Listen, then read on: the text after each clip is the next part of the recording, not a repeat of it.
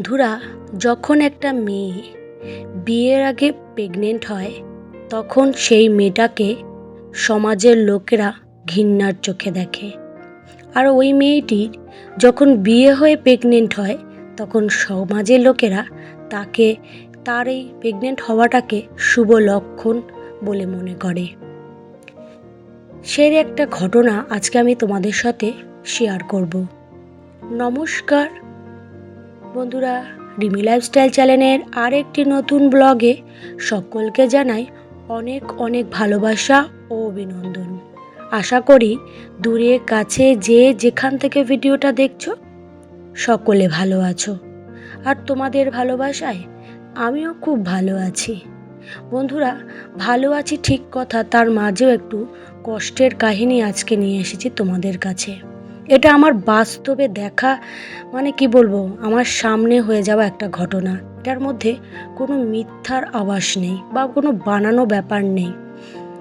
বন্ধুরা, আমাদের এখানে আমাদেরই এক পিসির মেয়ে, মানে বলতে পারো আমার শাশুড়ির ননদ, পিসি শাশুড়ি যাকে বলে, তার মেয়েটা বোবা। সে কথা বলতে পারে না। তার এই বোবাত্বের সুযোগ নিয়ে কয়েকটা ছেলে বা বলতে পারো বলে নাকি কয়েকটা লোক, আমরা ঠিক জানি না আর বলতেও পারবো না যে কি হয়েছে ওর সাথে, এমন ঘটনাটা কিভাবে ঘটলো আমাদের পক্ষে বলা সম্ভবই নয়। জানতে পারি মেয়েটার নাকি প্রেগনেন্ট 6 মাসের। ওর বিয়ে হয়নি, বিয়ে হয়েছিল এক জায়গায়, স্বামী ওকে বোবা বলে ফেলে রেখে চলে গেছে, কিন্তু এই সন্তান তার নয়।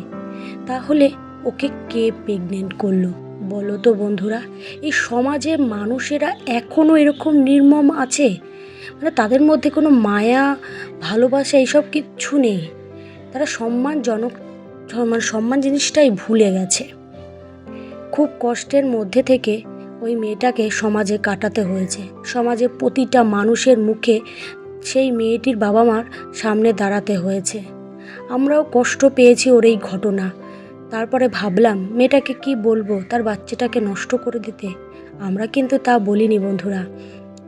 ও অপরাধ করেছে, কিন্তু গর্ভে থাকা ওই সন্তানটা, সে কিন্তু অপরাধ করেনি। আর ওই মেয়েটাও অপরাধ করেনি।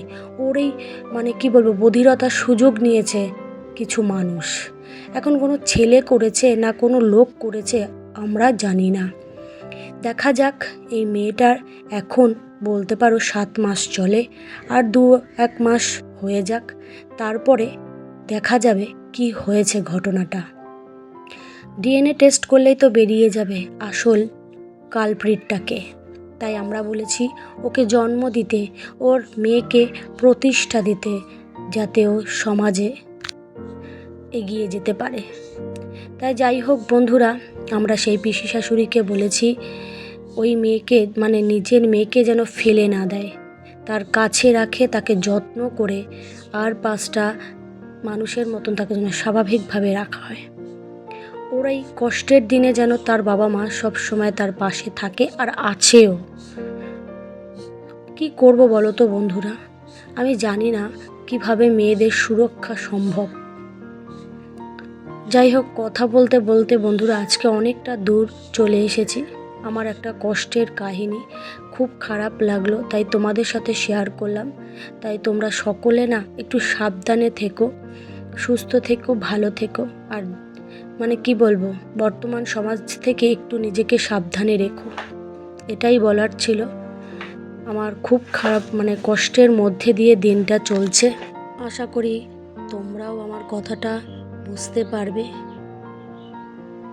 যাই হোক বন্ধুরা, আজকে একটা বাস্তব কথা শুধুমাত্র বললাম, এটাই একটাই কারণ যে আমার এই ভিডিওর মাধ্যমে কিছু মেয়েরা যেন একটু সাবধানে থাকে, আর কিছু পুরুষ যারা আমার ভিডিওটাকে দেখে তারা যেন নিজেদেরকেও একটু সংযত রাখে। এরকম ক্ষতি যেন আর কোনো মেয়ের না হয়, সে যেন সমাজে সুস্থ স্বাভাবিকভাবে বড় হতে পারে।